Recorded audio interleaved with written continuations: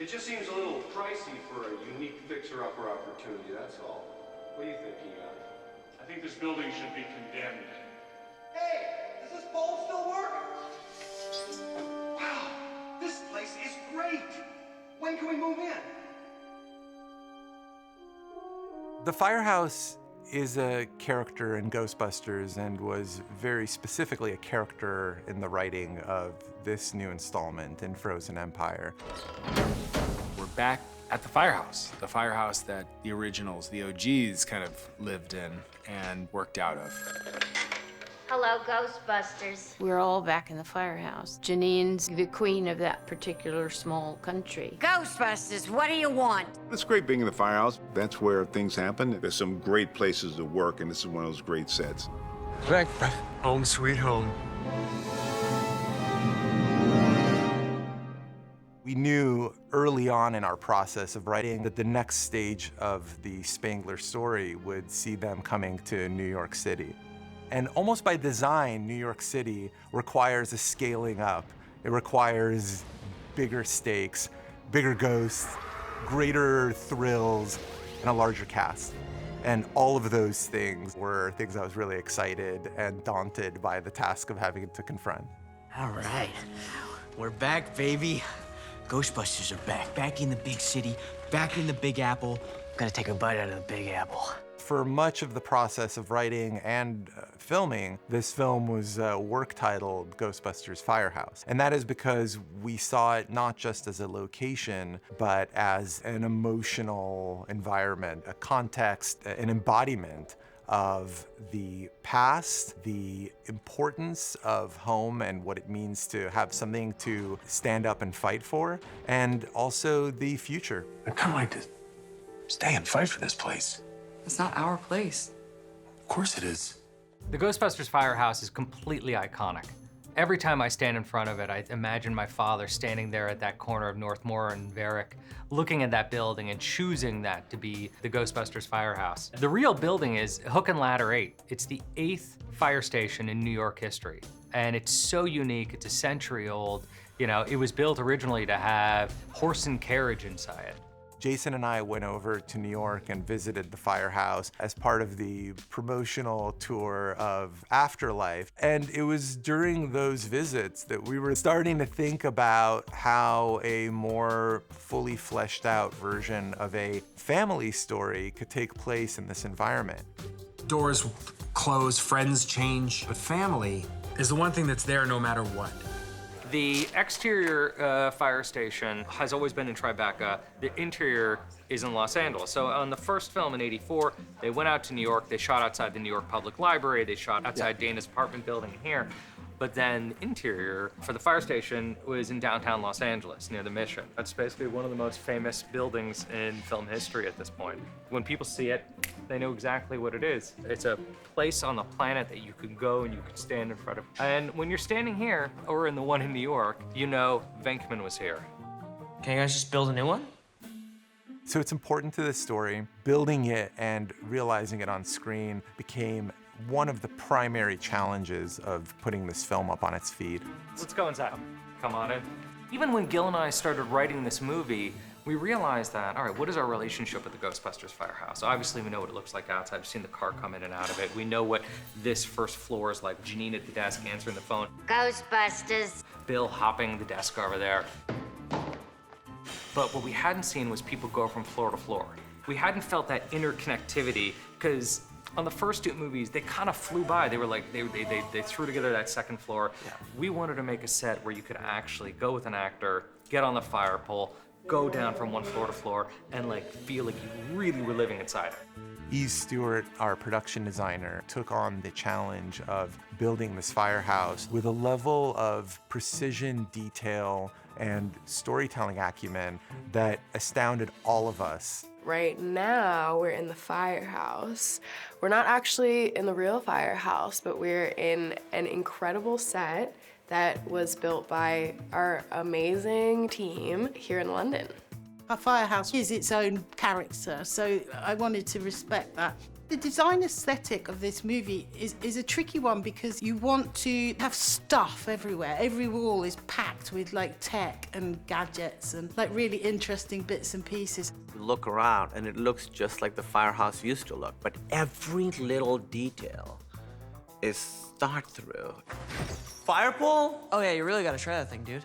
The Firehouse was like what it would be like in the first movie. Just get to walk around and like go up and down the stairs. Being on the set, it's a magical experience. Every square inch of it is living, you know, it really feels like you're living in these spaces. I've learned to just stuff it to the gunnels, which works really well for the Firehouse kitchen. The Spenglers, they're a family who are making proton packs and creating wands, you know, melting metal at the kitchen table while eating pizza. So that kind of amalgamation was fun. We're always reacting to whatever it is around us. And also there might be something just in the, like where we're in the kitchen and it's like, oh, here's some prop or something that's like just part of the set design that you could pick up and use in the scene. There are generations of stories that have happened there. The Firehouse had ghosts for, 4 decades now. And so there are scars of past events. One of my favorite details of the set is this patch in the floor matched by the patch in the ceiling. And this, of course, is the cross rip from 1984 when the Canadian unit blew open and shot a laser right up.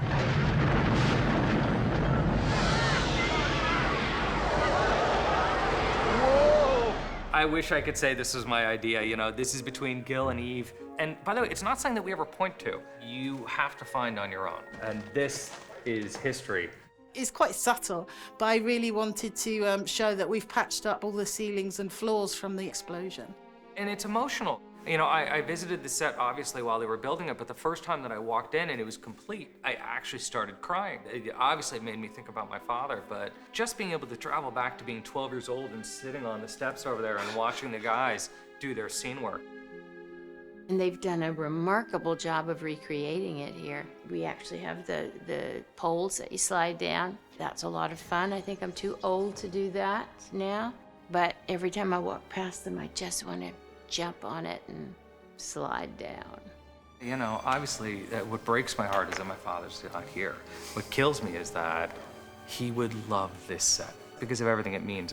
Not only that this was a building that he chose 40 years ago and that he was in love with the design of, but beyond that, this is a story that's always been part of his life. It really was an extraordinary set and so important for a film like this where there is going to be a lot of fantasy that's put on screen. And so to have a grounding for our actors to be able to feel like they were living and breathing as their characters within the Firehouse, that was very important to me.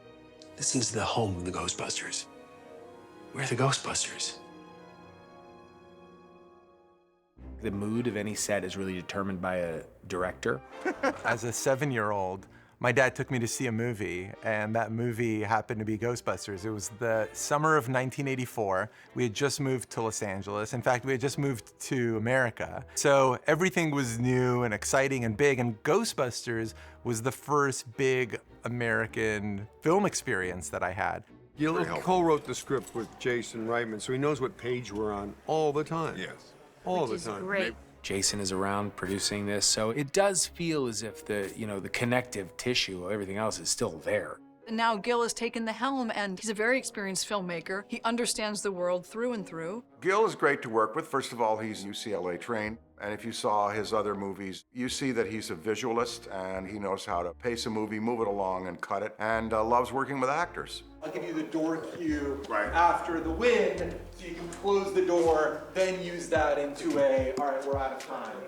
He almost feels like someone who won a contest to get to come and make a film for a day. That's how enthusiastic he is, and it just translates to the whole cast. His energy's fantastic. I think the best thing about Gil is that he understands exactly the tone of the movie that he's making. He really sees the whole movie in his head. It's this great mix of knowing exactly what he wants and also being open to being surprised and finding something different that he hadn't thought of. I trust Gil because I know he has the love of the film and the fans that he's really working to bring this gift to fruition and make it special. Cut, perfect. I think that that's the lovely part about working with Gil or Jason, is that they both know Phoebe so well because they're the ones who created her, and so it's not like somebody new coming in and like, oh no, Phoebe, like I gotta protect her. It's somebody that is trusting me with their character and that I'm able to build it with him. I love it. Afterlife was an introduction to a new branch of the Spangler family for the audience, and it was important for Jason and I to root the story going forward in character. Somehow they've taken that really touching story that had to do with Harold's legacy and then brought it forward in time and continued to hold on to that thread of family, which I think is the linchpin that connects not only the films, but the original fans of the film who are bringing their kids. 1, 2, 3. Who are you gonna call? That was awesome. One of the great gifts that I've gotten in directing this film is this casting that began in 1984 and continued into Afterlife. It's very exciting to be back in another Ghostbusters movie. It's all a bit surreal. You know, you never really get used to it. It's really cool to see everybody again and get to work with everyone and to rediscover the character as a teenager and bring her to life again after so long. So, the most disappointing member of the cast is probably Paul Rudd. He's just a sad guy. He's kind of a wet blanket to be around, you know?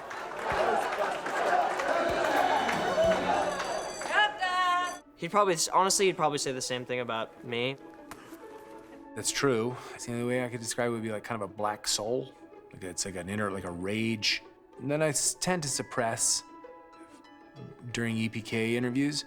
Finn and Paul are hilarious. They're just always doing bits and messing around. After this one. This is the last one. One more. And they're just hilarious. Like, they're the same. They are one and the same. They are two kindred spirits. Me, Paul, Carrie, and McKenna kind of feel like a family is because I think all of us just actually care about each other. And as a cast, like, you know, as a cast, you already kind of feel like a family. As a team. A family. Yeah, the Spanglers. We're the Spanglers. Okay. Logan's podcast is a comic sidekick for the ages, irreverent, audacious, plucky with an outsized sense of confidence. Phoebe podcast and Phoebe can't keep us apart. Dynamic duo. It's great to actually connect with everybody, and you know, since we're a younger generation, we're kind of picking up the new torch for Ghostbusters. Yes! When I saw Logan for the first time when I showed up here, it was like, oh my God, like you're a young man. You were a little kid when I met you last time. Yes! For Celeste's Lucky character, there was a hunger to experience a life beyond Somerville. This place is a job. It would be unfair to their character to not allow them to fulfill that dream. When you said you were interning, I didn't know you'd be blowing stuff away with lasers. I know, right? It's still an upgrade. It's been so lovely to work with Finn and McKenna and Carrie and Paul and all of them again. So it really feels like a little family. Hey, man. Hey. It just makes sense if you're gonna make a Ghostbusters movie that you're gonna bring the best comedians you can to the party. It makes our job as storytellers that much easier. It's been really surreal working on a Ghostbusters movie because Ghostbusters is literally my favorite thing in the world that's not like a human being or an animal. It was my first favorite movie. I've seen all the Ghostbusters movies so many times. I've seen the entire animated series. So I'm a massive, massive, massive Ghostbusters fan. Nadim has one of the most surprising arcs in this story. He goes from a sort of unassuming schlub to somebody who learns that within him exists a great ancient power of fire mastery. Let the record show, I gave you a chance. What's great about Ghostbusters is that it's always been a story about underdogs. And Nadim really encompasses the thing that makes Ghostbusters special. He's a slacker. I'm a licensed third-party reseller. He's completely discounted by everyone around him, and he's the only one who can tackle this big, terrifying demon. Camille brings a lot to the character. He's so funny, and not only is he an amazing comedian, but he's a very gifted actor and brings a sort of sweetness to the role that is perfect for this kind of world. I've known Kumail for years. He's very good at playing overwhelmed. That was closer. Don't patronize me. He stepped into the role perfectly. Patton Oswalt, my Twitter friend, is here. It's always fun to have him around, and he's kind of taking over the nerdy scholar part. Do I believe in spirits? Yes, I believe in spirits. I believe in self-winding clocks and the singing cheeses of Copenhagen. Please, continue. We needed an outsider with a head that could hold volumes of a library. A guy who could stand in front of you and tell you about the ancient past with a sense of delicious joy and irony that only Patton Oswalt could bring to the party. What is it? No, the better question is, what's inside of it? What's inside of it? Excellent question. Ray, Podcast, and Phoebe have brought actual physical proof of the paranormal. So for the first time, I think in his career, this is outside of him reading about it, researching about it, arguing about it online. He's very courageous in his knowledge, and now we get to see how much courage he has when he actually faces up against real phantoms and other, spectral presences. So cool.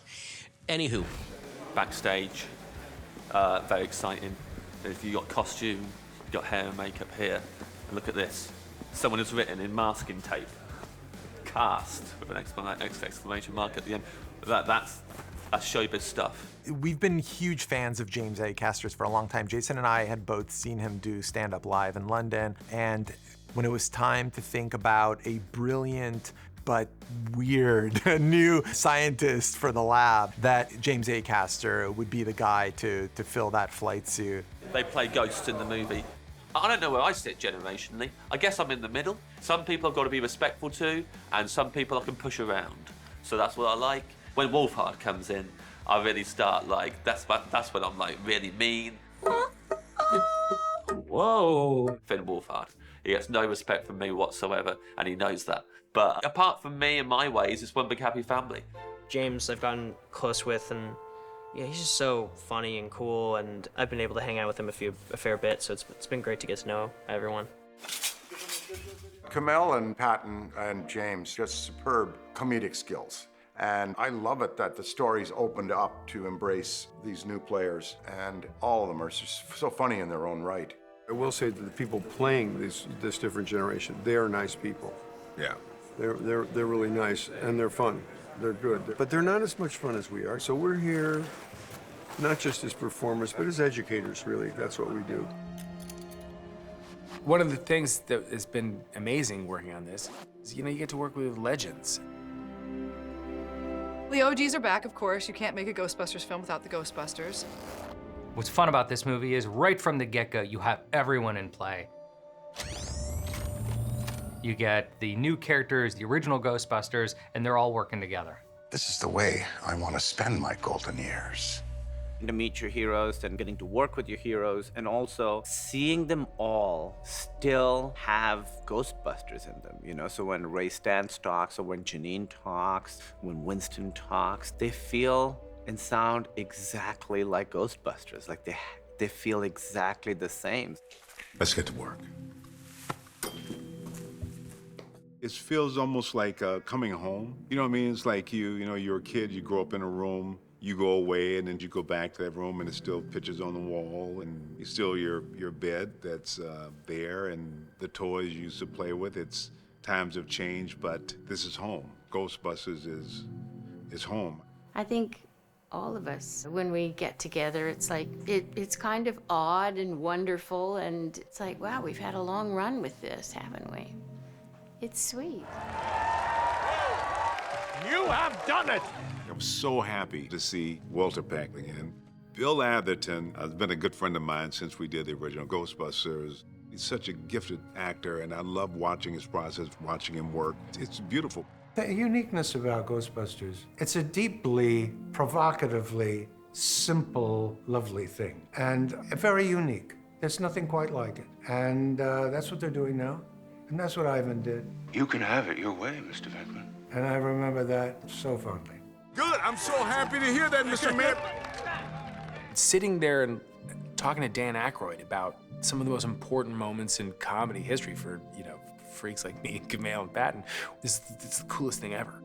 Dan is sort of very careful about the lore of it all and the writing of it all, and good at keeping everyone sort of on track. Bill Murray allows for this sort of like fun beats or like improv that kind of like plays into that as well. And like Ernie is like the classic trained actor that's there and that's just so good and so good at responding to everyone and kind of keeping all the madness at bay. Playing the parts again, I think it's pretty much fun to get back into. There's enough room for everyone to be funny and to tell the story, tell it in the way that we've had some success doing. We're having a fine time together. To hand the torch to this talented group is really gratifying, and they're taking it with great vigor and commitment. And so for me to be able to bridge the generations, it's really, really fulfilling and satisfying, and they are quite outstanding, this cast. Yeah, they're big stars all in their own right. And now they're Ghostbusters for life. The world right now is experiencing unusual paranormal activity. We are here to answer that call because we are the Ghostbusters!